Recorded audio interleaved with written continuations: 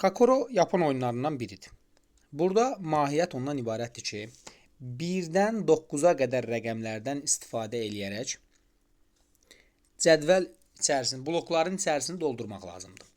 Aşağıdan yuxarıda gördükləriniz bloklardır. Yəni bu ikisinin cəmi 16, bu ikisinin cəmi 11 olmalıdır. Bunların cəmi 9. Yəni aşağıdan yuxarı içəridə yazılacaq rəqəmlərin cəmi kənarda verilmiş üçbucaqların içərisindəki ədədlərə bərabər olmalıdır cəmləri. Sağdan sola da bloklardır və bunların içərisində yazılacaq rəqəmlərin cəmi də sol tərəfdə verilmiş rəqəmlərə bərabər olmalıdır. Amma sətirdə və sütunda təkrar ola bilməz. Ümumi təkrar ola bilər şəklin içərisində, amma sətirdə sütunda təkrar ola bilməz. Baxın yoldaşlar, mən sağ-aşağı tərəfdən başlayaram. Sağ-aşağı tərəfdə 16 görürüksə, 16 hansı iki rəqəmin cəmidir? Ya 9 ilə 7-nin, ya 7 ilə 9-un, ya da 8 ilə 8-in. Sütun kimi olduğuna görə burada 8 və 8 ola bilməz. Deməli, 7 və 9-dan istifadə edəcəm. Kakoro elə bir Yapon oyunudur ki, ilk variantdan ora hansı rəqəmi yazacağını bilməyin, yəni mümkünsüzə yaxındır. Ona görə ehtimalları yoxlamalısan. Məsələn, götürüb mən 9-u aşağı yazıram. 7-ni yuxarı. Bilmədən yazdım. Bilmədən yazanda belə bir işarə qoyuram. Sizə müsabiqədə verilən şəkil böyüklüyündən, kiçikliyindən asılı olmayaraq mütləq şəkildə vərəqin üstünə götürmək lazımdır. Bu ilk olaraq qeyd edirsiniz. 9-un üstünə nə gələndə 10 olar? 1. 1-in üstünə nə gəlsəm 11 olar? 10. Axı maksimum rəqəm 9-dur. Demək ki, biz burada hardakı bilmədən yazmısansa, gəlib onu silirsən və 9 ilə 7-nin yerini dəyişirsən. Bu dəfə 9-u yuxarı, 7-ni aşağıya ürəklə yaza bilərsən. 7-nin üstünə nə gələndə 10 olar? 3. 3-ün üstünə nə gəlsə 11 olar? 8. 9 plus 8 17 eləyir. 17-nin üstünə nə gəlsəm 21 olar? 4. 4-ün üstünə nə gəlsə 6 olar? 2. 18-dən ikisini çıxsaq 16 qalacaq. 16 nə ilə nəyin cəmidir? 9 ilə 7-nin. Bilmirsən ki, 9-u sağa yazasan 7-ni sola, yoxsa yerləri dəyişik. Onda belə bir işarə qoyuram mən həmişə. 9-un üstünə nə gələndə 9 eləyir? 9. Axı minimum rəqəmim, daha doğrusu 0. Minimum rəqəmim 1-dir. 0 istifadə etmək olmaz. Demək ki, biz burada 9-u sola, 7-ni isə sağa yazmalıyam. 7-nin üstünə 2 gəlsək 9 eləyər. 2-nin üstünə nə gəlsək 6 olar? 4. 9 plus 4 13. 13-ün üstünə nə gəlsək 21 olar? 8. 8-in üstünə nə gəlsək 13 olar? 5. İndi baxırsınız burada 21-dən 5-ini çıxanda yerdə qalır 16. Nə ilə nəyin cəmi 16 eləyir? 9-un və 7-nin. Yuxarıya 9, aşağıya 7 yazmaq istəsəm, gərək onda sol tərəfə 0 yazam. 9-dan 0-ın cəmi 9 eləyər. Demək, o cür yazmaq olmaz deyə 9-u aşağı, 7-ni yuxarıya yazıram. 7-nin üstünə 2 gələndə 9 olur. 9-un üstünə 6 gələndə 15 alınır. Yoxla gör, 6 üstə gəl 2-də 8 alınırsa, sətirdə, sütunda problem yoxdursa, demək ki, bu Kakoronun düzülüşü belə olmalıdır. Arkadaşlar, bu sualı sizə belə bir qayda deyirəm. O bundan əvvəlki Kakoroda da göstərəcəm. Sual işarəsini siz 5 saniyə ərzində tapa bilərsiniz. 4 hansı iki xananın cəminə bərabərdir? Plus qoyduqlarımın. 9 hansı iki xananın cəmidir? Plus qoyduqlarımın. Bu 4 xananın birlikdə cəmi nəyə bərabərdir? Zəhmət olmasa səsləri bağlayın. 13. Bəs 6 hansı iki xananın minus qoyduğum xanaların cəminə bərabərdir? 8 hansı xanaların cəmidir? 3 dənə minus qoyduğum xananın cəmidir. Bu göy rənglə minus qoyduğum xanaların 5 xananın birlikdə cəmi bizə neçə verir? 6 plus 8, yəni 14 eləyir. Demək ki, burada plus minus, plus minus, plus minus hər birində iştirak eləyir. Eyni rəqəmlər hər birində iştirak eləyirsə, sual işarəsi 14 ilə 13 arasında fərqi yaradan rəqəmdir. Yəni, sual işarəsi 1-ə bərabərdir. Davamlı yazmağa və yaxud digərlərini tapmağa ehtiyac yoxdur. Yox, əgər tapmaq istəsəz elə bu sual işarəsini tapmısınız. Ya da ki, belə baxmalısınız. Bu 4-dürsə.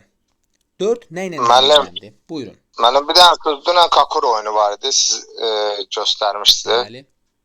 Orada isə bu keçərli olmadı. Mən onu çıxdım. Bəli, orada Bu keçərli rəqəmi olmur. sonra siz tapıb başqa rəqəm alındı ondan sonra. Orada keçərli olmur. Onu açıb göstərərəm niyə keçərli olmadığını. Kənarda Həmişə mən elə bilirdim həmişə keçərli sayılır. Xeyr. Sadəcə bu cür olanda. Bax bu cür olanda. Kənara düşəndə. Deməli burada doldurmaq istəsək tam olaraq 4 nə ilə nəyin cəmidir? 2 ilə 2 olmaz sütun boyu. 3 ilə 1. Ya 3-ü yuxarı yazıb 1 aşağı yazmalıyam, ya da yerlərini dəyişməliyəm. Belə yaz, bilmədən yazmısansa. Bir dənə də işarə qoy ki, burada problem varsa yerini dəyişəcəksən. Yəni sən əzbərə bunu yaza bilmərsən. Ehtimalları yoxlamaq lazımdır. 3-ün üstünə nə gələndə 6 eləyir? 3. Axı sətir boyu təkrar olmaz. Demək ki, 3-ü aşağı, 1-i isə mütləq yuxarı yazmalısan. 1-in üstünə 5 gələndə 6 olar. 5-in üstünə 4 gəlsək 9 olar. 3 plus 4 7-dirsə, 7-nin üstünə 1 gələndə 8 olur. 1-in üstünə 3 gəlsək 4 olar. 3-ün üstünə 1 gəlsək 4 olar. İndi baxıram ki, burada belə bir hissə var. 17 2 xananın cəminə bərabərdirsə, həmin rəqəmlər 9 və 8 olmalıdır. 9 ilə 8-in cəmi 17 eləyir. Amma bilmirsən ki, 9-u sola yazasan, 8-i sağa, yoxsa yerlərini dəyişəsən. Yaz harda olur olsun, belə bir işarə qoy. Əgər problem olsa, gəlib bunların yerini dəyiş. Daha fikirləşməyə ehtiyac yoxdur. 8-in üstünə 5 gəlsəm 13 eləyər, 5-in üstünə 5 gələndə 10 eləyər. Axı sətirdə 2 dənə 5 olmaz. Demək ki, mütləq 8-i sola, 9-u sağa yazmaq lazımdır.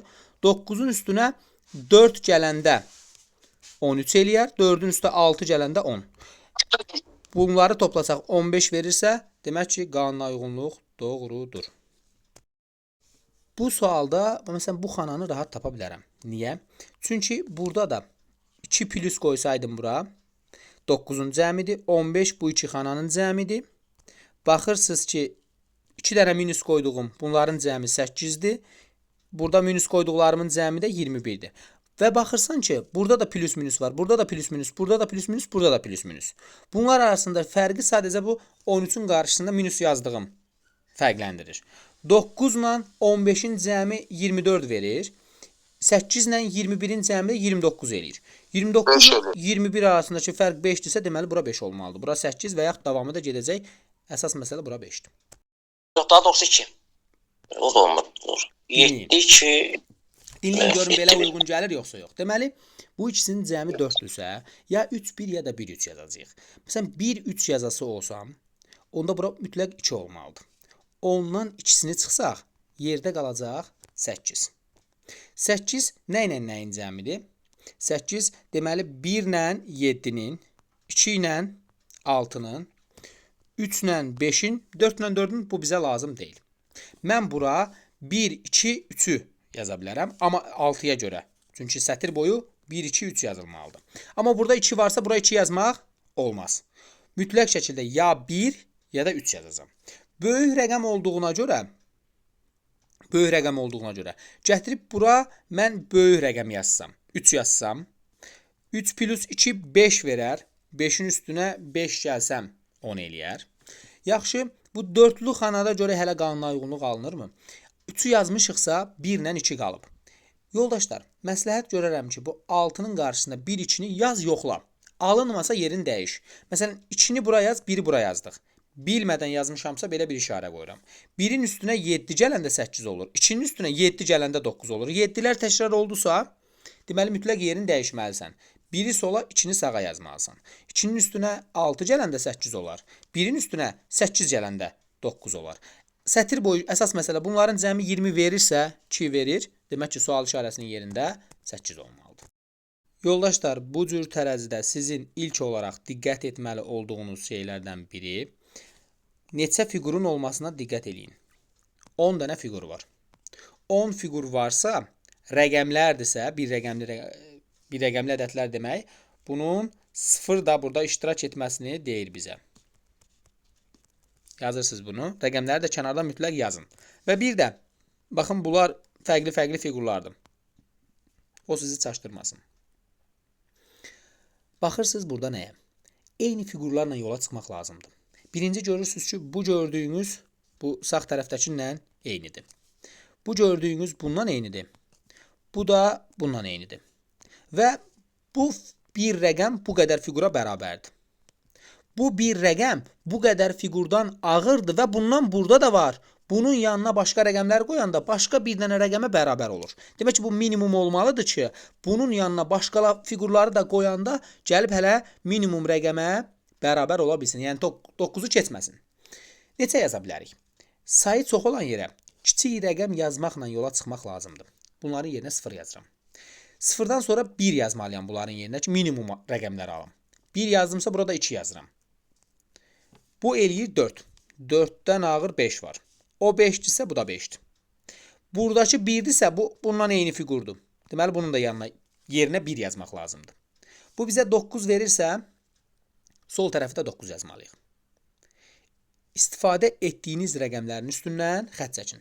0-ı, 1-i, 2-ni, 5-i və 9-u istifadə etmişsinizsə silin ki, əlinizə ayağınıza dolaşmasın. Daha sonra baxırsınız ki, bu iki fiqur eynidir. Amma bir məsələ var burada. Bu iki fiqur bunlara bərabərdirsə, hansı rəqəm olur olsun, onun 2 dənəsini götürmək 2-yə vurmaq deməkdir. Yəni onun 2 qatı həmişə onun cüt olması deməkdir. Cüt bir rəqəmin üstünə nəsə gələndə buranın ağırlığı alınır. Buranın ağırlığı da ona bərabərdir və o yarıya bölünür. Demək ki, cütün üstünə mən burada bax bu rəqəmin yerinə cüt gəlməliyəm ki, cüt bir rəqəm alınsın və onu sonra yarıya bölə bilim. Yəni çox beyninizi yandırmaq istəmirəm. Sadəcə bu işarənin cüt olduğunun göstəricisini demək istədim sizə. Amma baxırsınız ki, bu ikisi birinə bərabərdir. Bu ikisi birinə bərabərdirsə, hansı rəqəmdir ki, digər ikisinin cəminə bərabərdir? Minimum burada 4-6 götürsəz 10 eləyir. Amma 3-4 var ki, ağırlığı 7-yə bərabərdir. Bu mütləq 7-dir. Ya 3 burada, 4 buradadır. Ya 4 burada, 3 buradadır. Bayaq demədimmi ki, bu cüt rəqəmdir? Şərtini də göstərdik. Niyə cüt rəqəm olduğunu. Ona görə bu yuxarıdakı hal doğru olmalıdır. Yəni bunun yerinə 4 yazmalıyam ki, göstərəcəm indi niyə. 3-ü 4-ü istifadə etdik. Səsi bağlayın zəhmət olmasın. 7-ni də istifadə elədik. 7-ni də istifadə elədik. Qaldı 6 və 8 əlimizdə. 6 ilə 8-də burada bərabərliyi almaq lazımdır. Bunların yerinə 8 yazsaq, bu bizə 16 verir? Bəli. Sağ tərəfdə 16 olmalıdırsa, gətirib bunun yerinə 6 yazan kimi 12, üstə də 4 gəlsəm olacaq 16. Vəssalam. Yoldaşlar, əsas məsələ, baxın bu 10-a 12-dir, 2 qatıdır da. 2 qatının üstünə 4 gələndə 16, 16-dırsa bura 16, 16-nı yarıya bölmək olur. Bayaq bunu deyirdim sizə.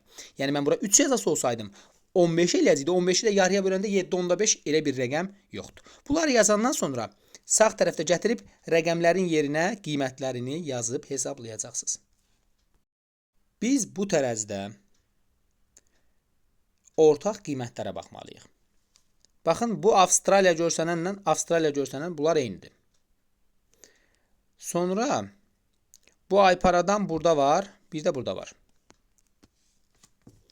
Və baxırıq ki, burada bu Avstraliya bu qədər fiqurdan daha ağırdır. Və bu Avstraliyanın yanına başqa bir fiqur da yazıblar. Bu üçü də birlikdə hansısa bir fiqurdan daha yüngüldür. Hansısa bir fiqurdan daha yüngüldür. Demək ki, biz bura minimum rəqəmlər yazmalıyıq. Ən sağ yuxarı tərəfə ki, bundan daha ağır olan bir rəqəm, ondan 2 qat götürüb hələ yanına birini də əlavə eləsəm, ondan daha ağır olan da bir rəqəm olsun. Yəni, burada da 0-dan 9-a qədər rəqəmlərdən istifadə olunur. 3-ü də 0 yazsam, sayı çox olduğuna görə bura 0 yazdım ha. Bunlara da 1-1 yazsam, bura olacaq 2. 2-dən daha ağır olan 3 var. O 3-dürsə bu da 3-dür. 3-lərin yanına mən neçə yaza bilərəm? 1-i istifadə etmişəm. Bunlar da fərqlidirsə 3 ola bilməz. Deməli, bu mütləq 2 olmalıdır. Bu 2-dirsə buranın ağırlığı 8-dir. 8-dən daha ağır olan nə var? 9 var. İstifadə etdiyin 0-ı, 1-i, 2-ni, 3-ü istifadə etdik. Minimum rəqəmimiz 4-dür. Bu ikisinin ağırlığı, gətirək hələ eyni olan ayparaya baxaq. Aypara burada da ayparadır. Burada da demək ki, bunlar 1 olmalıdır. Bu ikisinin ağırlığı bu ikisinin ağırlığından daha ağırdır. Mən bura 5 yazsam, 5 yazsam, olacaq 10. 10-dan daha ağır olan 11 var. 11 olması üçün gərək bu Cənubi Amerika görünən 10 olsun. Axı ola bilməz. Maksimum 9'dur. Deməli biz mütləq bura 4 yazmalıyıq ki 8. 8-dən daha ağır olan 9 olsun. Burada 9 almaq üçün 1-in üstünə 8 gəlmək lazımdır. Bütün rəqəmləri istifadə elədik. İstifadə etmədiyim rəqəm 5-dir, 6-dır və 7-dir. 5, 6, 7-dən buradakı tarazlığı almaq lazımdır. 1-in üstünə 7 gəlsəm 8 eləyər. 8-dən daha ağır olan nə var? 9. Axı istifadə etmişəm. 1-in üstünə 6 gəlsəm 7 eləyər. 7-dən daha ağır olan nə var? 8 və 9. Axı hər ikisini istifadə etmişik. Deməli, mütləq mən bura 5 yazmalıyam ki, buranın ağırlığı 6 olsun. 6-dan daha ağır olan istifadə etmədiyim bir rəqəm, yəni 7 alınsın. Cənubi Amerikanın qiyməti neçə idi? Cənubi Amerikanın qiyməti 8 idi. Gətirib yazırıq birincdə 8 plus. Afrikanın qiyməti 2-dir. Toplanda 10 eləyir. Bu fiqur yoxdur tərəzidə. Tərəzidə istifadə olunmayan rəqəm 6-dır. Demək ki, bu 6-ya bərabər imiş. Bu da budur. Deməli, bu 4-dür. 6 plus 4 10 eləyir. Ağ dairə 5-dir. Avstraliya görünən də 3-dür. 5 plus 3 də 8-dir. 10, 18. Yoldaşlar, bu sualda da bayaq yazdığımız suala oxşar bir məntiqi var. Çünki bu fiqur bu qədər fiqurdan daha ağırdır.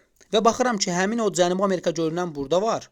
Onun yanına başqa fiqurları da qoyandan sonra bundan daha ağır olan bir fiqur çıxır qarşımıza. Demək ki, biz bura minimum rəqəmlər yazmalıyıq. Minimum rəqəmlər yazırıqsa, mən axı bunların hamısı fərqlidir. Mən nə bilim ki, hansına 0 yazacağam. Burada sayı çox istifadə olunana 0 yazmaqla yola çıxmaq olar. Bu 0-0'dırsa, gətirib bax, bununla eyni olan, solu ağ olana, gətirib burada da yerinə 0 yazıram. İndi, bu minimum rəqəmlər yazacamsa, amma nə yazacam bilmirəm. Birinə 1, birinə 2, birinə 3 yazacam. Bir onu bilirik. Amma hansına yazacağıq onu bilmirik. Əsas məsələ ağırlıq 6-dır. 6-dan daha ağır olan 7 var. Bu Cənubi Amerika orada 7-dirsə, bu sol tərəfdə də 7-dir. 7-nin üstünə sıfırları gələndə 7 eləyir. Üstünə nə gəlim ki, ondan daha ağır olan bir rəqəm olsun. 2 gəlsəm 9 olacaq. Axı 9 9-dan ağır deyil. Deməli, mütləq bura 1 olmalıdır. Ki 8 olsun, 8-dən daha ağır olan 9 yaza bilim. Əgər bu 1-dirsə, Avstraliya görünən, bax burada da bu Avstraliya görünən 1 olmalıdır. Birini yazdıq. Qaldı 2 və 3. 2 və 3. İndi baxırıq nəyə? Ən aşağıda nələri istifadə eləmişəm? 0-ı, 1-i, 2-ni, 3-ü istifadə eləmişəm. 4 var əlimizdə. Minimum olan 4 var. Sayı çox olan, 3 dənə olan fiqurumuz qara dairədir. Onunla yola çıxacam. Və bunun yerinə mən 4'ləri yazmalıyam ki, minimum rəqəm. Bu sağ tərəfdən daha yüngüldür. Daha yüngüldür. 4'ləri yazsam bu olacaq 12. 12. Və baxın, 12-dirsə 12-yə bir dənə qalan rəqəmləri yazım. 0, 1, 2, 3, 4 istifadə olunubsa 5, 6, 8 və salam. 5, 6, 8 qalıb əlimizdə. 5, 6, 8 qalıbsa bunları bərabərləşdirək. 12-yə bərabər olan 6, 6 götürsəm 12, 12 olacaq. Amma bir şey diqqətimi çəkir ki, burada Cənubi Amerika buradakı Cənubi Amerika ilə eynidir.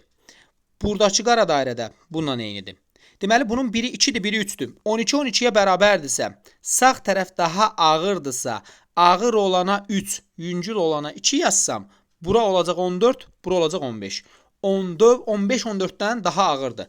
Demək ki, yuxarıdakı fiqurlardan da tapdım ki, Cənubi Amerika 3 imiş, o biri 2 imiş.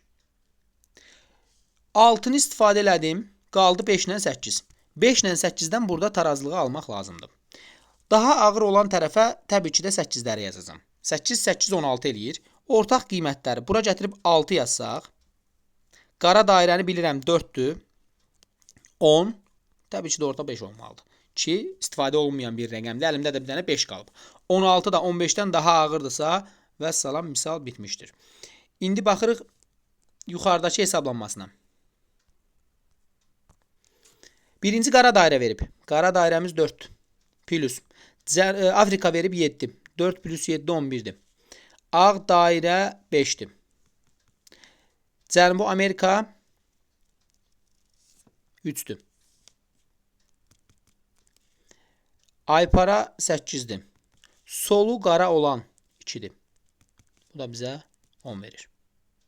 11, 8, 10 A variantı. Bu cür fiqurların mütləq düşür bu suallar. Elə bu da düşmüş bir sualdır. Aşağıdakı rənglənmiş fiqurlardan neçəsinin sahəsi eynidir? Yoldaşlar, bəzi fiqurlar var ki, bunların sahə düsturlarını bilməlisiniz. Bəziləri var ki, birləşdirə bilərsiniz. Məsələn, trapesiyanın sahəsi sizə lazım ola bilər. Trapesiyanın sahəsi oturacaqları cəminin yarısının hündürlüyü hasilinə bərabərdir. Şəklə diqqət edin. A plus B bölünsün 2 vurulsun hündürlük. Sonra üçbucağın sahəsi sizə lazım ola bilər. Əgər ixtiyari üçbucaqdır, tərəfi A-dırsa, təpə nöqtəsindən bu tərəfə çəkilmiş hündürlüyün yarısı olur. Yəni A vur H bölünsün 2. Yəni bu oturacağı götürüb buradan çəkilmiş hündürlüyə vurursunuz, bölürsünüz yarıya. Sonra məsələn düzbucaqlı üçbucaq ola bilər bu. Düzbucaqlı üçbucaqdırsa əgər, bunun 90 dərəcə əmələ gətirən katetləri var ki, o katetləri, yəni 90 dərəcə əmələ gətirən bu xəttlər var. Bunlarıca bir-birinə vurursunuz, bölürsünüz 2-yə. Bunun da sahə düsturu belədir. Qalanlarında saymaq olar. Məsələn, bunun sahəsi neçədir? Bunu tək-tək saya bilərsiniz və yaxud birləşdirə bilərsiniz. Bu sol tərəfdə gördüyünüz 6-dır. Bunu üçbucaq kimi də baxmaq olar. Belə. Sahəsini indi üçbucaq kimi tapacam, bax. Oturacağı yuxarıdan aşağı saydım, gördüm 6'dır. Təpə nöqtəsindən bura qədər məsafə nə qədərdir? 1, 2, 3, 4. 6 vurulsun 4, 24. Yarıya bölürəm 12. 12 bura, 6 bura. Bu eləyir 18. Ya da ki, bura 6 idi, bunu bilirəm. Bunun bax bu yarısını xəyali olaraq götürüb, bura gətirib birləşdirə bilərəm. Eynidir, baxın. Deməli, onda məndən soruşulacaq, bax, bu hissənin sahəsi. Vəssalam, qalanını say geçsin. 1, 2, 3, 4, 5, 6, 7, 8, 9, 10, 11, 12. 12 dənə. Bunu bura gətirdim xəyali olaraq. 12 burada, 6 burada, bu eləyir 18. Birinci 18 oldu. İkinciyə baxaq. İkincidə trapesiya kimi, bayaq dediyim kimi, oturacaqları cəminin 2 buradır, 4 buradır. 2 plus 4, 6. Yarısını hündürlüyə vura bilərik. Hündürlük də nə qədərdir? 1, 2, 3, 4, 5, 6. 6-ya vura bilərik. 2 plus 4, 6. Yarıya böləndə 3. 3, 6-ya vuranda 18. Birbaşa cavabı tapa bilərik. Və yaxud orta hissəyə bir düzbucaqlı kimi baxsaq. Saydım, gördüm 12 dənədir. Sağ tərəfdə gördüyüm hissəni xəyali olaraq gətirdim bura. Tamamladım kvadratlara. Qalanı saydım. 1, 2, 3, 4, 5, 6. Vəssalam. Bu ikisi birlikdə 6 imiş. 6 bura, 12 bura. Bu eləyir 18. Və yaxud üçbucaq kimi də baxa bilərdiniz buna. Düzbucaqlı üçbucaq kimi bayaq dediyim. Yuxarıdan aşağı sol tərəfi sayırsınız 6'da, aşağını sayırsınız 1'dir. 6 vurulsun 1, 6. Yarısı 3. 3 buradırsa 3 də buradır. Yenə də 6 eləyir. Orada oldu 18. Baxaq bu şəklə. Bu şəkil sayında sətir boyu neçə dənədir? 6'sı burada. 4'ü burada, 3'ü burada, 2'si burada, 2'si burada, biri de burada. 10, 15, 18. 18 de burada. Bu şəklə baxaq. Burada da elə say geçsin. Birincidə 6, ikincidə 4, burada 3, burada 3, burada 2, burada isə 1'dir. 10, 16, 18, 19'dur bura. Bura baxaq. Burada da say geçsin. 6 dənə, 4 dənə, 3 dənə, 2 dənə, bu da 1, bu da 1. 10, 15, 17 eləyir. Burada da bunu xəyali olaraq ortadan kəsib bunu bax bura gətirə bilərsiniz. Ağ hissəyə. Ora gətirəndən sonra burada alınır bax belə bir düzbucaqlı. Düzbucaqlının da sahəsi eni vurulsun uzunudur. 6 vur 3, 18. Neçə dənəsi bərabər oldu? Ya da ki, bunun sahəsini də tapım. Tərəf 6. Təpə nöqtəsindən çəkilmiş hündürlük. O da 6. 6 vurulsun 6, 36. Yarısı 18. 4 dənəsinin sahəsi 18 oldu. Hansılardır onlar? 18, 18, 18, 18, 17 və 19. 5-ci sualda soruşur ki, hansı fiqurların sahəsi bərabərdir? Yəni, müsabiqədə bizə düşən suala oxşar bir sualdır. İlk öncə bu bir düzbucaqlıdır. Düzbucaqlının sahəsi eni uzunu deyilmi? Uzunluğu 4 kvadratdır, eni isə 1 kvadratdır. 4 vur 1, 4 eləyər. Üçbucağın sahəsi tərəf və bu tərəfə çəkilmiş hündürlük təpə nöqtəsindən. Sayırsız hündürlüyü 1, 2, 3, 4, 5, 6 kvadratlıqdır. 2 vur 6, 12, yarısı 6 olacaq. Bu bir dairədir. Dairənin sahə düsturu pi r kvadratı olarsa, onda biz mərkəzdən kənara olan məsafəni 2 kvadratlıqdır. Pi-ni də şərtdə bizə verib ki, pi 3-dür. Pi-nin yerinə 3 yazırıq.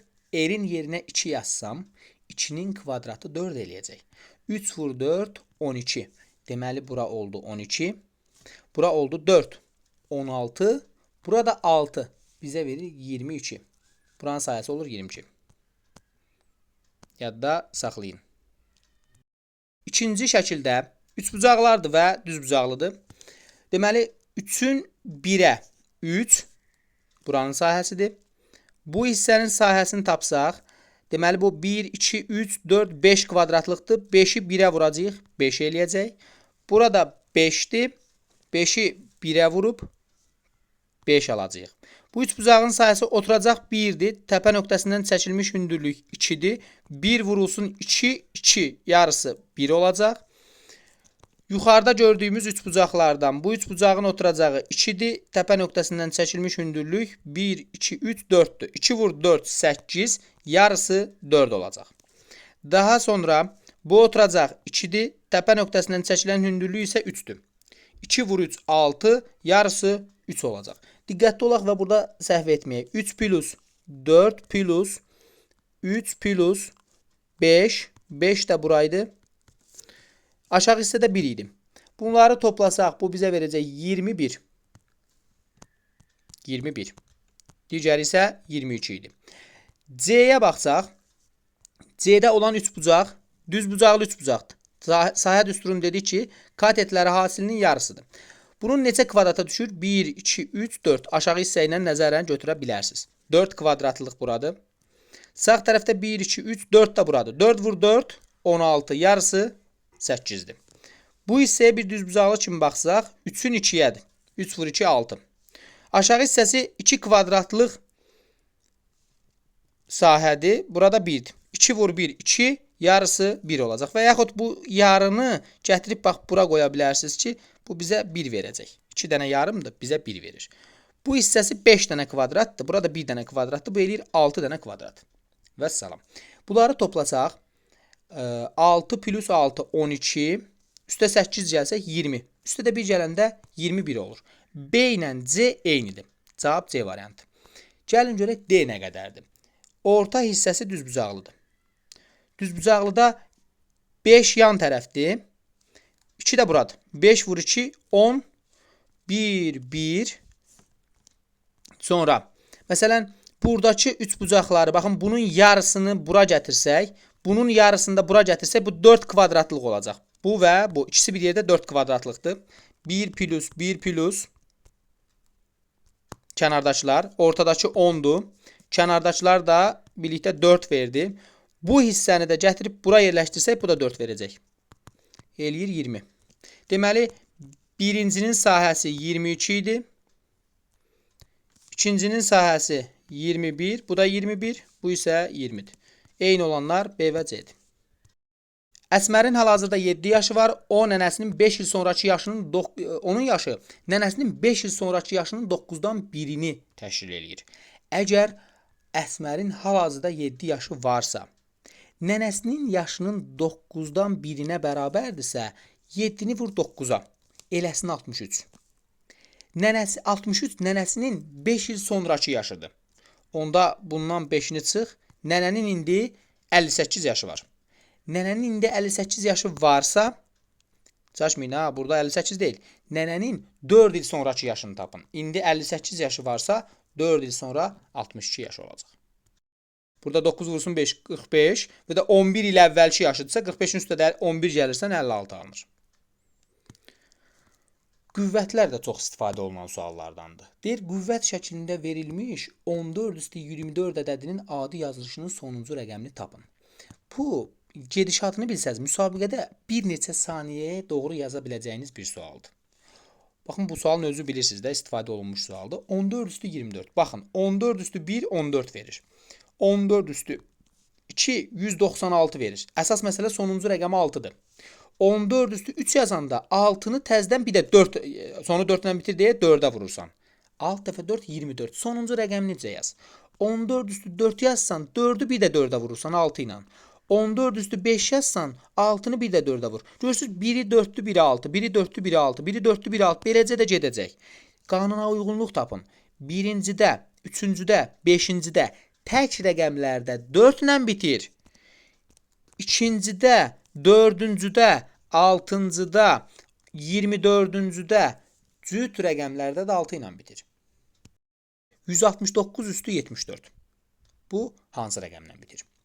Burada da oxşardır. Niyə? Çünki 169 üstü 1, 169 eləyəcək. 169 üstü 2 yazası olsam, elə bir 9 vur 9, 81. Üçüncüdə 169 üstü 3, bunu təzədən 9-a vuracaq 9.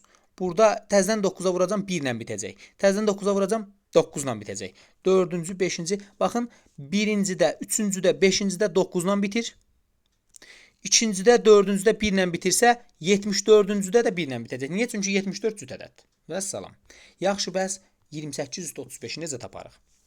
28-i üstü 1 bizə 28 verəcək. Sonu 8 ilə bitir. Son rəqəmini yazsaq kifayətdir. 28 üstü 2 yazsaq, 8 vur 8, elə bir 28-i 28-ə vurursan da, 64. Son rəqəmi 4 ilə bitir. 28 üstü 3 yazası olsam, təzədən bunu bir də 8-ə vurursan elə bil. Eləyir 4 dəfə 8, 32. 2 ilə bitir. 28 üstü 4 yazası olsam, təzədən bunu bir də 8-ə vururam. 2-ni 8-ə vuranda 16. Son rəqəmi 6 ilə bitir. 28 üstü 5 yazası olsam, 6-nı təzədən 8-ə vuranda 48 eləyir. Hə, deməli buradan sonrası təkrardır. Baxın, birincidə 8-dir. 2, 3, 4, bir də 5-cidə 8-dir. Birincidən 5-ciyə üstünə neçə gəlib? 4. Yəni bu 4 dəfədən bir təkrar olunurmuş. Birinci, 5-ci, 9-cu, üstə 4 gələ-gələ gedirəm. 13-cü, 17-ci, 21-ci, 25-ci, 29-cu və 33-cüdə 28 üstü 33 bizə nə verir? 8. Sonu 8 ilə bitir. 28 üstü 34 deyəndə bunu yenə 8-ə vurmalıyam. 28 üstü 35 deyəndə yenə 8-ə vurmalıyam. Bax, budur bizim. 8 dəfə 8 64. 64 də təzədən 8-ə vuranda sonu 2 ilə bitir. Bu elə bir 8-in kubu 512 eləyir. Əsas məsələ sonu 2 ilə bitir. Bəs bunun daha alternativ və asan bir yolu varmı? Mən elə hər dəfə sayıb getməliyəmmi? Xeyr. Xeyr, asan yolu var onun. Bəli, bəli. Əsas məsələ bir dənə bunuca yazmalısınız. Ki, görüm hələ birincidən 5-ciyə bu neçə dənədən bir təkrarlanır? 4 dənədən bir təkrarlanır. 4 dənədən bir təkrarlanırsa, qüvvətdə gördüyünüz 35-i götürün, bölün 4-ə. 8 dəfə 4, 32. Çıxanda neçə qalır? 3. 28-in üstündə həmin o 3-ü yazın. 28 üstü 3 nə deməkdir? 8-i 3 dəfə öz-özünə vur. Sonra 2 ilə bitsin. Bizə verib ki, birinci rəqəmi, ikinci rəqəminin 3-dən biri olan, üçüncü rəqəmi birinci rəqəmi ilə dünən izah eləmişdim digər qrupla. Üçüncü rəqəmi birinci ilə ikincinin cəmi olan, sonuncu rəqəmi isə ikincidən 3 dəfə böyük olan 4 rəqəmli ədədin rəqəmləri cəmini tapın. Həmin ədədi tapmaq üçün ilk öncə 1, 2, 3, 4 rəqəm qeyd edirik. Birinci rəqəmi ikinci rəqəmin 3-dən biri olan hansı rəqəmlər var? 1, 3-ün 3-dən biridir. 2, 6-nın 3-dən biridir. Bir də 3, 9-un 3-dən biridir. 9-dan böyük rəqəm yoxdur. 3 ehtimalın, mümkün halın üçünü də yazıram. Deyir, üçüncü rəqəmi birinci ilə ikincinin cəmi olsun. 3 plus 1, 4. 6 plus 2, 8 var, amma 3 plus 9 12 deyə bir rəqəm yoxdur. Demək ki, bu mümkün halı yazmaq olmaz. Sonuncu rəqəmi ikincidən 3 dəfə böyük olsun. 3-dən 3 dəfə böyük 9 rəqəmi var. Axı 6-dan 3 dəfə böyük 18 rəqəmi yoxdur. Demək ki, bu mümkün halda doğru deyil. Bizə də nə qalır? 1349. Bunun rəqəmləri cəmi bizə 17 verir. Çox düşən sualdır. Bu suallarda sizə verilən ədədlərə baxın. Deyir, hərflərin yerinə yuxarıda gördüyünüz rəqəmləri yazsaz, hər bir sətir və sütundakı ədədlərin cəmləri eyni olacaq. Bu ədədləri toplayın. Sizə verir 60. Cədvəl içərisində yazdıqları ədədləri toplayın, eləyir 30. 60 ilə 30-u topla 90. Demək ki, bu cədvəlin içərisində gördüyünün hamısının birlikdə cəmi 90 verir. Əgər 90 verirsə, bunun üçü də sətir boyu bir-birinə bərabərdirsə, 90-ı 3 yerə bölmək lazımdır ki, hamısına eyni düşsün. 30, 30, 30. Sütun boyu da cəmləri 30, 30 və 30 verməlidir. Yoldaşlar, əgər bu 2-dirsə, A və B-nin cəmi neçədir? 28. 30-dan ikisini çıxdım 28. Yaxşı, bu 17-dirsə, sətirdəki C ilə D-nin cəmi bizə neçə verməlidir? 13 verməlidir. Yaxşı, bu 11-dirsə, Y ilə F-in cəmi neçə verməlidir? Y ilə F-in cəmi də bizə verəcək 19. Sütunda bir də bu B ilə D-nin cəmini tapaq bizə lazım olacaq. Bu da 19'dur. Baxın, burada Y ilə F-in cəmi var, 19. Bir də B ilə D-nin cəmi var, o da 19. Bəs A ilə C-nin cəmini necə taparam? Birinci və ikinci yazdığım tənliklər sistemini alt-alta toplasam, bu olacaq A plus C plus B plus D bərabərdir. Bunları da toplayanda desəm 41 verir. B ilə D-nin cəmi 19 idiysə, A ilə C-nin cəmi neçədir? 19-un üstünə nə gələndə 41 olur? 22. A plus C-nin də yerinə 22 yazası olsam, bunların cəmindən 22-ni çıxmaq lazımdır. 38 minus 22 bərabərdir 16-ya. Deməli, bu sualda bütün və sətir və sütunların cəmi bir-birinə bərabərdir. Eyni bir ədədə bərabər olarsa, doğru ifadəni müəyyən edin. Birinci, sətir və sütunların hansı ədədə bərabər olmasını tapmaq lazımdır. Məsələn, baxıram ki, bu sətirdə M plus neçədir o? 21 plus 4 plus 5. Bu bizə verir M plus 30. Birinci sütuna baxsam, M plus N plus neçə? 4 plus 8 12 eləyir. Bunlar bütün sətir və sütunların cəmləri eyni bir ədədsə, deməli bunların özləri də bir-birinə bərabərdir. Soldan M-i sağdan M-i islah eləyəndə alınır 30 bərabərdir N üstəgəl 12. 12-nin üstünə gəlsəm 30 olar. 18. N 18-dir. Əgər N 18-dirsə, gətirib burada N-nın yerinə 18 yazan kimi sətri toplayırsınız, verir 45. Deməli, bütün sətirlərin cəmi və bütün sütunların cəmi 45 olmalıdır. M-ni tapmaq istəsək, bu cəm 45 olması üçün M olmalıdır. Bunları toplam 30, M olmalıdır 15. Gətirib M-in yerinə burada 15 yazırıq. N-nın yerinə də 18 yazırıq. 4 vur 15, 60. Üstə də 18 gəlsə, eləcək 78. 6 Q-yə bərabərdirmi? Əgər sütun boyu bunların cəmi 45-dirsə, bunları toplayacaq, bizə verəcək 34. 34-ün üstünə 11 gələndə 45 eləyir. Q-də 11 olsa, bu eləyəcək 66, amma bayaqçı sol tərəfdəki 78 idi. Deməli, bunlar bərabər deyil. Gətirib M-nın yerinə nə tapmışdım? 15-i yazıram. Q-nün yerinə də 11 tapmışdım. 11-i yazıram. 3 vur 15, 45. 4 vur 11, 44. 1-in çıxanda 43 qalır. Axı 45 43-ə bərabər deyil. Demək ki, bu şərt də doğru deyil. Gətirib Q-nün yerinə 11 yazıram. Çünki 11 tapmışdım. Əgər bu sütunun da cəmi 45-ə bərabərdirsə, 18, üstünə də 9 gəlsək, 27. 27-nin üstünə biz 18 gəlsək 45 eləyər. Deməli, R 45 imiş. Yəni, 18 imiş. R 18-dirsə, 11 plus 18 verir bizə 29. K neçədir bəs? Bu sütunun cəmi də bizə 45 verməlidirsə 24 eləyəcək üçünün cəmi. 24-ün üstünə 21 gəlmək lazımdır ki 45 eləsin. K-da 21-dirsə 21-i 2-yə vursaq 42. 42-dən 13-ünü çıxanda bu da bizə 29 verirsə 29 29-a bərabərdir, cavab C variantı. Ki bizə cari tədris ilində ümumi sayı 24 mindən çox olmayan universitet tələbələrinin 25% 4-cü kursdadır. Tutaq ki, x qədər tələbə var. Bu universitet tələbələrinin 25% 4-cü kursdadırsa, x-in 25%-ni tapanda vurmalıyıq 25-ə, bölməliyik 100-ə.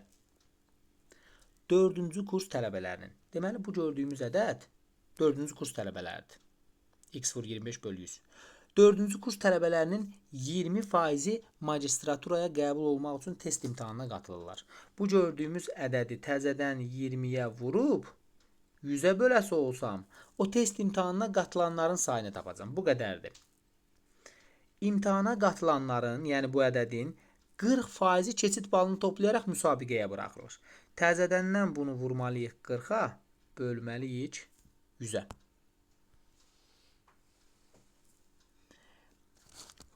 %30% magistrant adına layiq görülür. Bax, bu müsabiqəyə buraxılanların 30% qədəri magistrant adına alırsa, vururuq 30-a, bölürük 100-ə. Magistrant olanların, yəni bu ədədin təzədən 12%-i də magistratura təhsilini hərbi xidmətdən sonra başlamağa qərar verirsə, bunu təzədən vurmalıyıq 12-yə, bölməliyik 100-ə. Bax, bu qədər adam magistratura təhsilini hərbi xidmətdən sonra başlamağa qərar verib. Yoldaşlar, onda biz ilk öncə ixtisarlar eləyəcəyik. 25 ilə 100-ü ixtisar eləsək, burada 1, burada 4 olacaq. 20 ilə 100-ü ixtisar eləsək, burada 5 qalacaq. 20-yə ixtisar eləsək 2, 20-yə ixtisar eləsək 5 qalacaq. 10-a ixtisar eləsək 3, 10-a ixtisar eləsək 10 qalacaq. 4 ilə bu 12-ni ixtisar eləsəm 3 qalacaq. 2 ilə də 10-u ixtisar eləsəm 5 qalacaq. Sürətdə qalır x vurulsun 3 vur 3, yəni 9. Məxrəsdə qalır 5 vur 5 vur 5, 125. Və davamında 100-ə vurası olsaq 2-0. Ümumiyyətlə, yaş məsələləri olsun, yəni şəxslərin yaşı olsun, adamların sayı olsun, bu cür suallarda həmişə sizə verilən natamam ədəd natural ədəd olmalıdır. Yəni bilmədiyin bir ədəd natural ədəd olmalıdır ki, onu 12500-ə bölüb də 9-a vuranda natural ədəd olması üçün x 12500-ə bölünən bir ədəd olmalıdır. Hansı ədəd ola bilər? 12500-ün özü, 12500-ün 2 qatı, 12500-ün 3 qatı və yaxud bu şəkildə davam edə bilər. Amma şərtdə bizə deyir ki, universitetdə olan tələbələrin sayı 24 mindən çox olmasın. Yəni 25 min olmasın. Onda mütləq 12500 ola bilər. 16-cı sualda bizə verib ki, indi 63 yaşı olan Məhəmməd, qardaşı oğlu Əlinin yaşında olanda, Əli indiki yaşının 4-dən 1-i qədər idi. Yoldaşlar, bu olanda məsələlərini belə yazmaq lazımdır. Məhəmməd, Əli, şəxs adlarını sol tərəfdən yazın. Yuxarıda isə keçmişdə, indiki və gələcəkdəki yaşı kimi beləcə düzün. Cədvələ oxşar bir şəkil. İndi Məhəmmədin 63 yaşı var. Məhəmməd nə vaxtsa 50 yaşda olanda, Əlinin indiki yaşını bilmirəm. Əlinin indiki yaşında olanda, Əli indiki yaşının 4-dən 1-i qədər idi. Yəni, Əlinin yaşını 4-ə bölməliyəmsə, tutaq ki, Əlinin yaşını yazıram 4x. Niyə? Çünki 4-ə bölünmə məsələsi var. Məhəmməd nə vaxtsa 50 yaşda olanda, yəni 4x yaşda olanda, Əli indiki yaşının 4-dən 1-i qədər idi. 4x-i 4-ə böləndə bizə x verəcək. Yadda saxlamaq lazımdır ki, keçmiş ilə indiki arasında keçən yaş fərqi hər ikisində eynidir. Yəni, 63 minus x bərabər olmalıdır 4x minus x-ə. 4x-dən x-in çıxanda 3x qalacaq, bərabərdir 63 minus x-ə. X-i sağa keçirsək 63 minus 4x-i bəli. 4x-i sağa keçirsək 63 bərabərdir 7x. 7-ni nəyə vuranda 63 eləyir? 9-a. Deməli, bu x 9-dursa, burada da 9 yazmalıyam. 9 vur 4, 36. 50-nin indi 36 yaşı var. Tapdıq müəllimə bir söz deyim sizə. Bunun başqa həlli var. Məhəmməd və Əli keçmiş, indiki, gələcək. Tutaq ki, Məhəmmədin 63 yaşı var. İndi variantlara baxırsınız ki, tutaq ki, məsələn 38-i yazası olsam, deyir, Məhəmməd Əlinin yaşında olanda, 38 yaşında olanda, onun yaşı indiki yaşının 4-dən biri qədər idi. 38 4-ə tam bölünmür axı. Deməli, mütləq 4-ə bölünən ədəd olmalıdır. 38, 34, 35, 33-ü silərəm, 36-nı götürərəm ki, Məhəmməd nə vaxtsa 36 yaşında olanda, Əli də 36-nın 4-dən biri qədər. Yəni, 9 yaşındaymış. Vəssalam. Deməli, cavab 36-dır. Şifahi həlli yolda belə yazmaq olar. Amma 9-a bölünən bir neçə ədəd olsaydı, tutaq ki, 27 olsaydı, gətirib burada da yerinə gələk 27 yazardım. 27 yazanda əslində 9-a yox, 4-ə bölünən bir ədəd götürməli idim. Məhəmməd Əli keçmiş, indiki, gələcək. Məhəmmədin olur 63. Tutaq ki, Əlinin yaşında başqa bir ədəd olsaydı 4-ə bölünən bir ədəd. Neçə? Məsələn, 28 olsaydı variantlarda, onda bura 28 yazsam, Məhəmməd nə vaxtsa 50 yaşda olanda, 28 yaşında olanda, onun yaşı indiki yaşının 4-dən biri qədər idi. Onda olardı 7. Bu variant da doğru çıxardı. Amma iki variant 4-ə bölünməzdi. Buyurun. İki variant da 4-ə bölünməzdi. Variant qoymaqla da belə yazmaq olar. 3 il əvvəl Vaqifin yaşı İdrakin yaşından 5 dəfə çox idi. 3 il bu cür suallarda da məsləhət görürəm ki, eyni qayda ilə yazasınız. Vaqif İdrac, keçmiş, indiki və gələcək yaşı. Bax, 3 il əvvəl deyəndə indidən keçmişə 3 il əvvəl Vaqifin yaşı İdrakin yaşından 5 dəfə çox idi. Əgər İdrakin x yaşı var idisə, Vaqif ondan 5 dəfə böyük imiş. 5x yaşındadır. 3 il sonra isə indidən gələcəyə 3 il gedəndə hələ birinci bu 3 il buradan, 3 il buradan nə qədər eləyir? 6 il. Onda 5x-in üstünə promoy biz 6 gəlməliyik ki, indidən gələcəyə 3 il sonranı tapa bilək. X-in üstünə də 6 gəlməliyəm ki, indidən gələcəyə x plus 6-nı tapa bilək. 3 il sonra isə Vaqifin yaşı İdrakin yaşından 4 dəfə çox olacaq. 3 il sonra Vaqifin yaşı 5x plus 6-dır. İdrakin yaşı isə x plus 6-dır. Vaqifin yaşı İdrakin yaşından 4 dəfə çoxdursa, az olanı 4-ə vur, çoxa bərabər elə. Bax, bunu tənliyinə yazmaq lazımdır. 5x plus 6 bərabərdir 4x plus 24. 5x-dən 4x-in çıxanda 1x bərabərdir 24 çıxaq 6, 18. Bizdən nəyi soruşur? İdrakin indi neçə yaşı var? İdrakin x 18. İdrakin əgər 3 il əvvəl 18 yaşı var idisə, indi 18 plus 3. Cəfərin pulunun 50% artığı Bəhruzun pulunun 30%-nə bərabərdir. Bəhruz pulunun neçə faizini Cəfərə versə, pulları bərabərləşər. Bu cür suallarda yerinə rəqəm qoymaq olar. Cəfərin pulu tutaq ki 100 manatdır. Cəfərin pulunun 50% artığı deyəndə 100-ün 50% artığı elə 100-ün 50% 50 eləyir. Artığı deyəndə üstünə 50 gəlirsən 150 manat deməkdir. Bəhruzun pulunun 30%-nə bərabərdir. Yəni 150 Bəhruzun pulunun 30%-idir. 30%-i 150-dirsə, bəs Bəhruzun pulunun 100%-i nə qədərdir? Çarpaz vurub x-i tapın. 500. Bəhruzun 500 manat pulu var. Cəfərin də 100 manat pulu var. Bəhruz nə qədər pulunu Cəfərə versin ki, bunların pulları bərabərləşsin? 200 manatını. 200-ü gətirib 100-ə verəndə olur 100, 300. 500-dən də 200-ün çıxanda yerində 300 qalır. Deyir, Bəhruz pulunun neçə faizini Cəfərə versə pulları bərabərləşər. Bəhruzun 500 manat pulu var idi. İndi 200 manatını Cəfərə verməlidir. 500 manatı 100% idisə, 200 manatı neçə faizdir? Bu 5 dəfə azlıdırsa, bu da 5 dəfə az, yəni 40 olacaq. Ya da çarpaz vur, x-i tap, hər vəziyyətdə bu 40% alınacaq. Yoldaşlar, məsələn bunun şərtini oxuyaq. Deyir, verilmiş şəklin üzərində yalnız sətir və sütunlar üzrə keçən, özü ilə kəsişməyən, bütün qara və boz xanaları birləşdirən qapalı sınıq xətt çəkilib. Deməli, elə bir qapalı sınıq xətt çəkilib ki, o bütün həm qara, həm də bozların üstündən keçməlidir. Amma boz xanalardan içindən düz keçməlidir. Lakin ya əvvəldə, ya da sonrada, ya da hər ikisində də dönə bilər. 90 dərəcə dönür. Yəni bu bozun yanına gəldin, içindən keçirsən. Bax burada bozun içindən düz keçdin. Ya bundan sonra dönürsən, ya da bundan əvvəl dönürsən. Ola bilər ki, hər ikisində dönsün. Amma mütləq dönməlidir. Bozların içindən də düz keçir.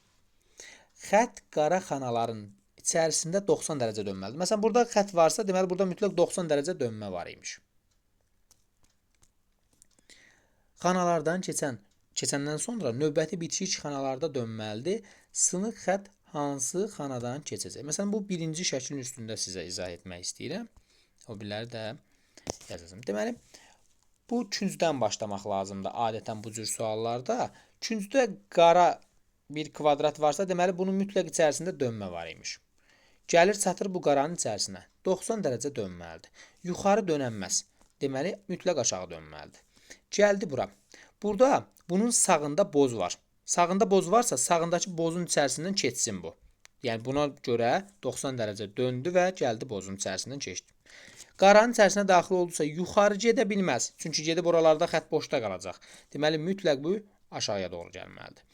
Bu bozun içərisindən mütləq düz keçməlidir. İçərisindən düz keçdirsə, bu boza görə bu bozdan sonra dönür. Bəzən yoldaşlar deyir ki, məsələn, müəllim, bunun ikisinə görə də buradan mı dönür? Bəli, dönə bilər, problem yoxdur. İkisinə görə də eyni nöqtədə dönür, küncdə yerləşdiyinə görə. Gəlir, bu bozun içərisində, məsələn, buralardan da dönüb gedə bilərdi. Amma burada bozxanalar varsa, o bozların içərisində mütləq düz keçməlidir. Bu boza görə bozdan sonra mütləq dönməlidir, yuxarı dönür. Bu boza görə bunun əvvəlində dönür və bozun içərisindən düz keçir. Burada boz varsa, bunun içərisindən keçməlidir. Və bu boza görə özündən sonra mütləq dönməlidir. Döndü. Gəldi, çatdısa bura, bu boza görə mütləq dönüb də o bozun içərisindən keçməlidir. Keçdi. Gəldi, qaranın içərisinə çatdısa 90 dərəcə dönməlidir. Aşağı yoxsa yuxarı? Yuxarı dönsün ki, gəlib xəttə birləşsin. Bir-birini kəsməyən qapalı sınıq xətt çəkilib. Hansı rəqəmlərin üstündən keçir? 1, 3, 6 rəqəmlərinin. Hansı rəqəmlərin üstündən keçmir? 2, 4, 5 rəqəmlərinin. Məsələn, baxaq buna görə hələ burada necə yaza bilərik. Küncdəkindən yola çıxaq. Küncdədirsə, bunun içərisində mütləq dönmə olmalıdır. 1, 4, 2-də burada kəsici. 1, 4, 2. Bunun içərisinə gəldik bura. Bunun içərisində mütləq 90 dərəcə dönməlidir. Burada bozun içərisindən düz keçir. Bozun içərisində düz keçdi. Gəldi bura. Qaranın içərisində mütləq 90 dərəcə dönməlidir. Gəldi bura. Gəldi bura. Bura gələndən sonra 90 dərəcə dönməlidir. 90 dərəcə bu mütləq yuxarı dönsün. Burada da 90 dərəcə dönəndə gəlir bura. 2-ni görmədi axı. 1, 4-ün içərisindən keçdi. 2 ilə 3-ü isə görmədi. Hansı xanadan keçəcək? 1 və 4-dən. Bu sualda nə edəcəyik? Biz 4 görürüksə 1 ilə 3-ün cəmi 4 olar. Gətirib bura 3, bura 1 yazırsan, bilmədən yazırsansa belə bir xətt qoyursan. Yaxşı, 3, 1 yazmısansa, 3-ün üstə nə gələndə 3 eləyir? 0. 0 yazmaq olmaz axı. Deməli, mütləq bura 1, bura isə 3 yazmalısan. Cəmi 10 olmalıdırsa, 6 ilə 3-ün cəmi 9-dursa, üstünə 1 gələndə 10 eləyir. 1-in üstünə 5 gələndə 6 olur. 5-in üstünə gəlsən 9 olar. 4. Yaxşı, 4 plus 6 10-dursa, 10-un üstünə nə gələndə? 2 gələndə də 3 eləyir. Daha sonra 12 eləyir. 1 ilə 2-nin cəmi də 3-dür. Və salam. A-nın qiyməti 5-dir, B-nin qiyməti 2-dir, C-nin qiyməti də 4-dür. Bunları toplayanda 11 eləyəcək. Burada müəllim 6-nı 4-ə vurub 24 alırıq. 4-ü 2-yə vurub 1 dəqiqə. Necə tapdığımı unutdum. Amma cavab 93 idi, 39 eləmişdi, tərsi 93 eləmişdi. 12. Hə, 6-nı 4-ə vurub, 4-ü 2-yə vurub, bir-birindən çıxmışdıq. 8-i 2-yə vurmuşduq 16. 16-dan 4 çıxmışdıq. Hə, yadıma düşdü. 16-dan 4 çıxanda 12 eləyir. 12-nin tərsi 21 götürülür. 3 9-a vurulur 27. 27-dən 6 çıxılır 21. Tərsi 12 götürülür. 5 9-a vurulur 45. 45-dən 6 çıxılır 39. Tərsi 93 eləyir. Ədəd 20% artırıldı. Sonra alınmış ədəd daha 20% artırdılar. Son nəticə alınmış ədədə ilkin nisbətin nə qədər artmış oldu. Deməli, bu cür məsələlərdə həmişə 100 üzərindən yazın. Verilmiş ədəd olsun 100. Yəni 100 manatlıq bir köynək alırsınız. Bunun qiyməti eşitmişsiniz ki 20% artıb. Neçə manat olub? 100-ün 20% qədər üstə gəlib. 120 manat olub. Sonra alınmış ədəd bir də 20% artıb. Artıq birincinin yox, ikincinin 20% qədər artıb. 120-nin 20% qədər. 120-ni 100 götürə bilərsiniz. 20%-ni də x. Və yaxud da ki, elə vurub 100-ə bölə bilərsiniz ki, 24 manat artıbmış. Olub 144 manat. Son nəticə alınmış ədəd ilkin ədədə nisbətən neçə faiz artıb? Əvvəlcə 100 idi, indi 144-dür. 44% artıb. 100-dən başqa bir ədəd yazası olsan, gərək təzədəndən birincini 100, son aldığın ədədi də x faiz götürüb həmin ədədi tapasan, həmin faizi tapasan, o yenə 44 eləyəcək, amma 100 üzərindən yazanda daha asan tapılır. Amma sizə belə bir asan şey deyim. Bu və bu. Bu dördünü birləşdirsəz, dairə əmələ gələcək. Dairənin sahəsi pi r kvadratıdırsa, pi-nin yerinə də 3 yaz. R-in yerinə nə yazacam? R-in yerinə bu dördünü birləşdirmişsənsə, elə bunun bir dənə mərkəzdən kənara olan 2-ni yazsaz, 2-nin kvadratı 4. 4 vur 3, 12. Bu kənardaşların sahəsi 12-dirsə, qalanların sahəsini tapmağa nə var ki? Bunun sahəsini tap. 2 vur 3, 6, yarısı 3. Ora 3-dürsə, bura da 3-dür. Eləmi? 12 plus 3 plus 3, 6 elədi. Sonra bu birləri tapsaq əgər, bura 1-in 3-ə hasili 3, yarısı 1/5 buradırsa, 1/5 də buradır. Ya da ki, o bayaq gətirmə məsələsi. Gətir onu bura, 3 kvadrat eləyir. Burada 3-dürmü? Vəssalam. İçəridəki hissə 1, 2, 3, 4, 5, 6, 7, 8, 9, 10, 11 dənə də budur.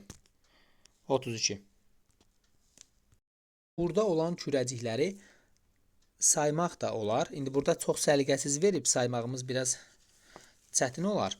Amma elə bəzən verir ki, kvadrat forması, düzbucaqlı forması olur, rahat sayını tapmaq olur. Və yaxud variantların cəmi ilə də baxmaq olar. Burada variantları toplasaz 64 görəcəksiniz ki, kürəcik var. 64-ü yarıya böldür. Yuxarıdan aşağı töküləndə 32, 32. 32-nin yarısı 16-sı burada, 16-sı burada. 32-nin yarısı 16-sı burada, 16-sı burada. 16 gəlir yarısı 8-i burada, 8-i burada. 16 ilə 16-nı toplayırıq 32, yarısı 16-sı burada, 16-sı burada. 16 yarıya bölünür. 8-i burada, 8-i burada. Buradan 8 kürəcik gəlir. 4-ü bura, 4-ü bura tökülür. 8 plus 16 24 eləyir. Yarısı 12-si bura, 12-si bura tökülür. 16 plus 8 24 eləyir. Yarısı 12-si bura, 12-si bura tökülür. 8 kürəcik gəlir buradan. Yarısı 4-ü bura, 4-ü bura tökülür.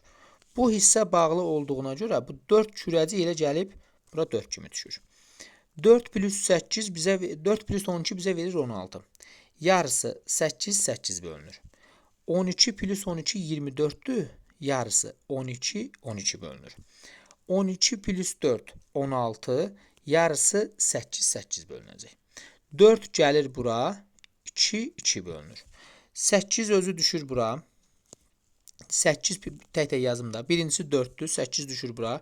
8 plus 12 20 olur. 12 plus 8 yenə 20 olur. 8 plus 2 10'dur. 2 də bura elə 2 kimi düşür. 4, 8, 20, 20, 10 və 2 Y variantı.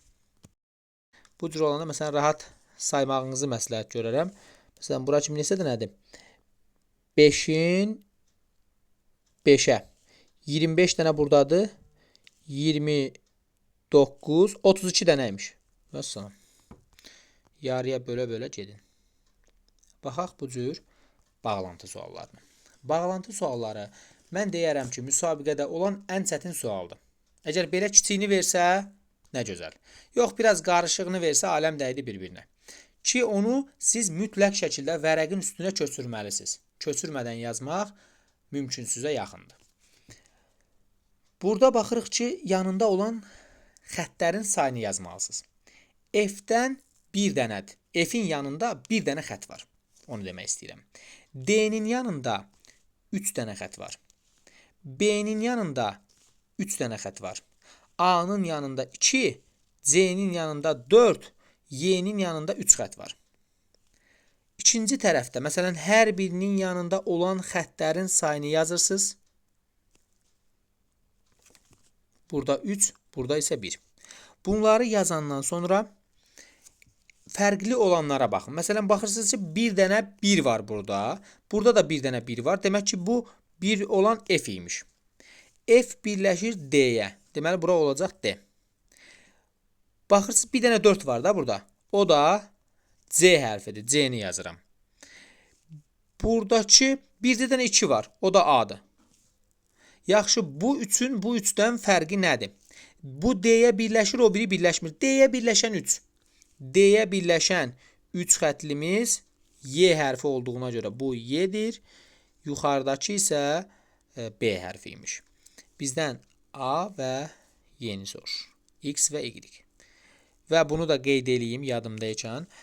Görürsünüz, A variantında Y və A-dır. Əgər Y bərabərdir suala, X bərabərdir sual yazsaydı, deməli birinci Y-i, sonra isə X-i yazmalıydı. Ona görə buradakı qanuna uyğunluğa da diqqət etmək lazımdır. Baxın bu suala. Arkadaşlar, yanında olan xəttlərin sayını yazaq. Burada 4 xətti var. Burada bunun 2 xətti var. Burada bunun 2 xətti var. Burada bunun 3 xətti var. Burada bunun 4 xətti var. Diqqətli olun. Hardasa səhv eləsəm deyərsiniz. Burada bunun 3 xətti var. Burada bunun 3 xətti var. Burada bunun 2 xətti var. Burada 3 xətti var. Burada 3 xətti var. Burada 3 xətti var. Burada bunun 2 xətti var. Burada 4 xətti var. Burada da 4 xətti var. Burada isə 3 xətti var. Yanında olan xəttlərin saylarını yazandan sonra bunların fərqlilərinə baxmaq lazımdır. Fərqli olan hissələri nədir? Deməli, bu 2 və burada 2 var.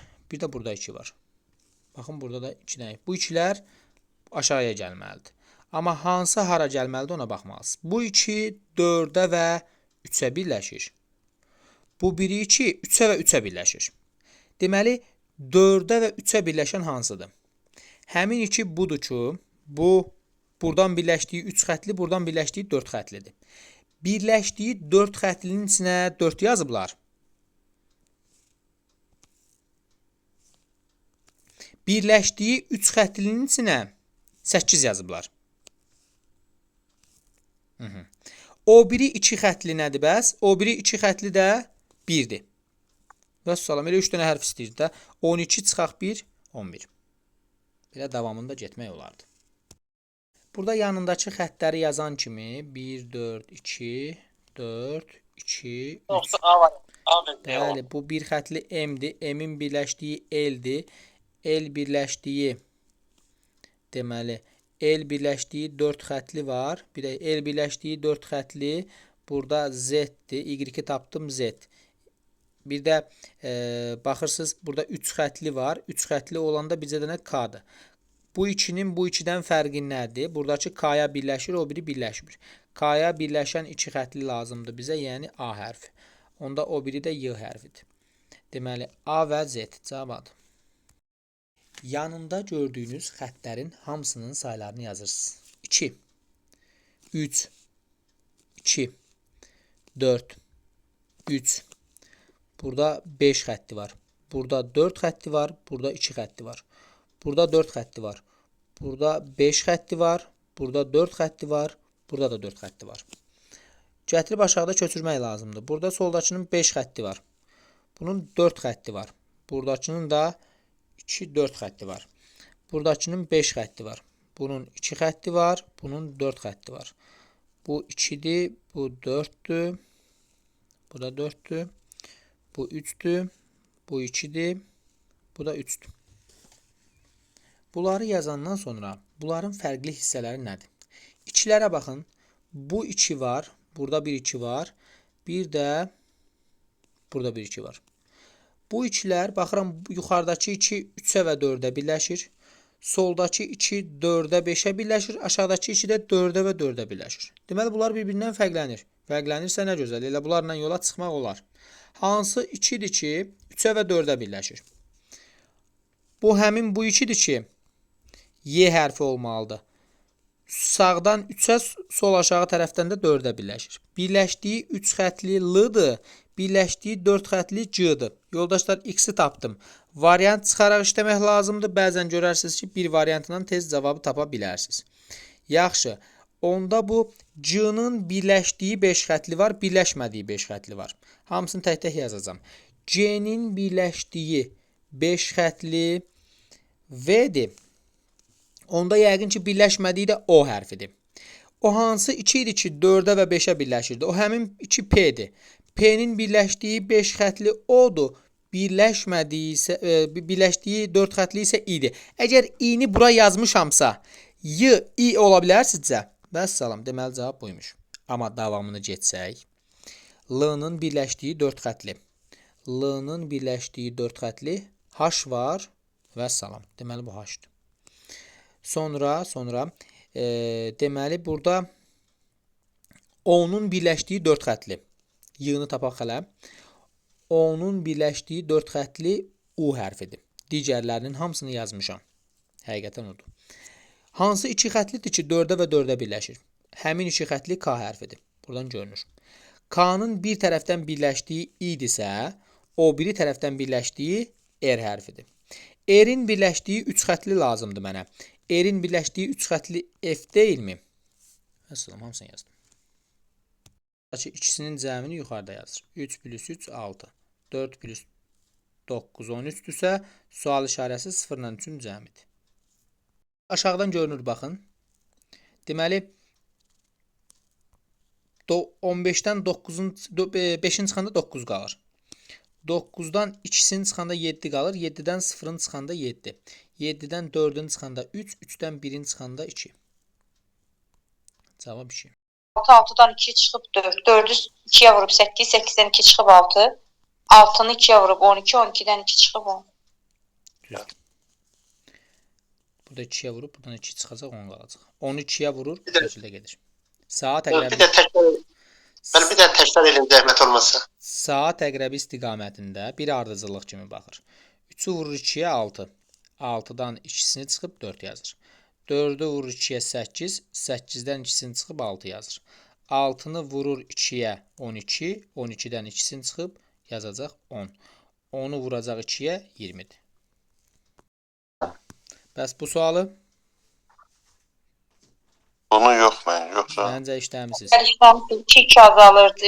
16-dan 2 çıxıb. Bəli, elədir. Bəs bu sualı işləmişsiniz? Bəli, işləmişdik. 360-ın faizini tapırıq, 30-20 faizini.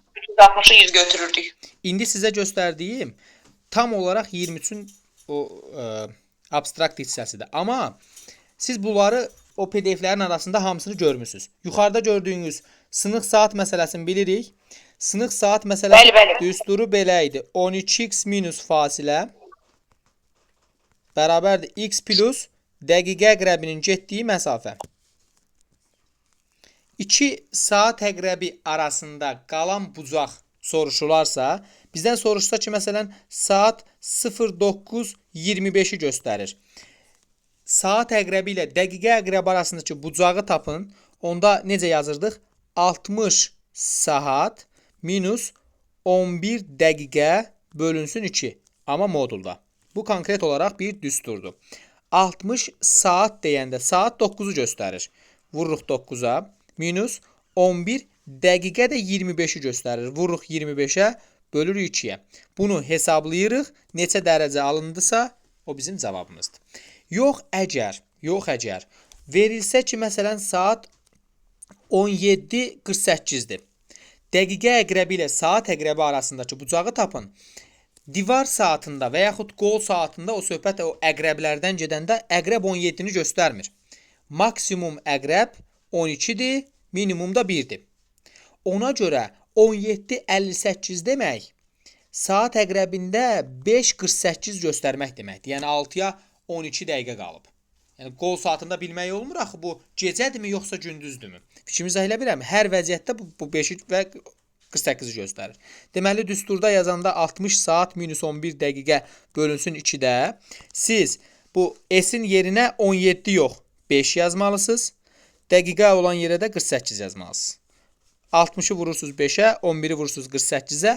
Əgər ki mənfi ədəd alınsa müsbət götürürsünüz. Niyə? Çünki modulda yazmaq lazımdır. Modulda mənfini müsbət eləyir. Sonra bölürsünüz 2-yə. Bunu da bilməyənlər üçün deyirəm. Mənfi 4-ün modulu, yəni müsbət 4 eləyir. Aldığın ədədin müsbətini götürürsən. Faizlə 100% eləyir hamısı. 100%-i dərəcələrə çevirmək lazımdır. Və dərəcə ilə maksimum dərəcəmiz 360 dərəcədir. Tək-tək tapırsınız. Birincisi 30%. 100% 360 dərəcədirsə 30% nə qədərdir? Çarpaz vurub x-i tapırsınız, olur 108. Əgər alfa bucağı 108 isə deməli cavab budur. Çünki başqa yoxdur. Birindən cavab çıxarırsınız. İkincini soruşsa yenə 100%-i 360 dərəcə götürürsünüz. 20%-i də x götürürsünüz. Çarpaz vurub x-i tapırsınız. Bu 5 dəfə azalıbsa bu da 5 dəfə azalıb 72 olacaq. Həqiqətən 72. Bizdən soruşur ki, burada 4-cü saniyəni soruşa da bilər və yaxud 4 saniyə ərzində neçə metrdə gedə bilər. Bunu da soruşur. Demək ki, biz başlayırıq. Bu daşı buradan atanda bu 0-cı metrdədir. 4 saniyə yol getməlidir. Birinci saniyədə, baxın buradan 1 metr gəlir. 4 saniyə gedəcəksə əgər, birinci saniyədən 5-ci saniyəyə gəlib çatacaq. 5-ci saniyədəki nöqtə buradır. Buradan bura bu xəttin uzunluğunu tapmaq lazımdır ki, nə qədərdir. Xəttin uzunluğunu tapanda hər bir addıma baxın. 1, 2, 3, 4, 5, 6, 7 metr gələcək. Zəhmət olmaz təkrar deyərdiniz. Bu qanuna uyğunluq nətər oldu burada? Deməli, tam xanım dediyi kimi deyəcəm. Deyir 6-nı böl 3-ə 2 olsun. 1-in çıx 1 al. 8-i böl 2-yə 4 olsun. 1-in çıx 3 alınsın.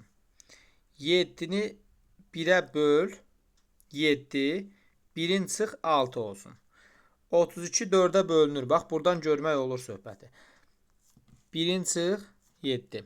Nəyi 5-ə böləndə 3 alınsın ki, 1-in çıxanda 2 qalsın.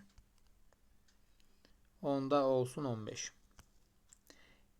Ya da ki, sağdakının üstünə 1 gəl, vur 2-yə. 2 vur 3, 6. Üstə 1 gəl, 4, vur 2, 8. Üstə 1 gəl, 7, vur 1, 7. Üstə 1 gəl, 8, 8 dəfə 4, 32. Üstə 1 gəl, 3, 3 dəfə 5, 15.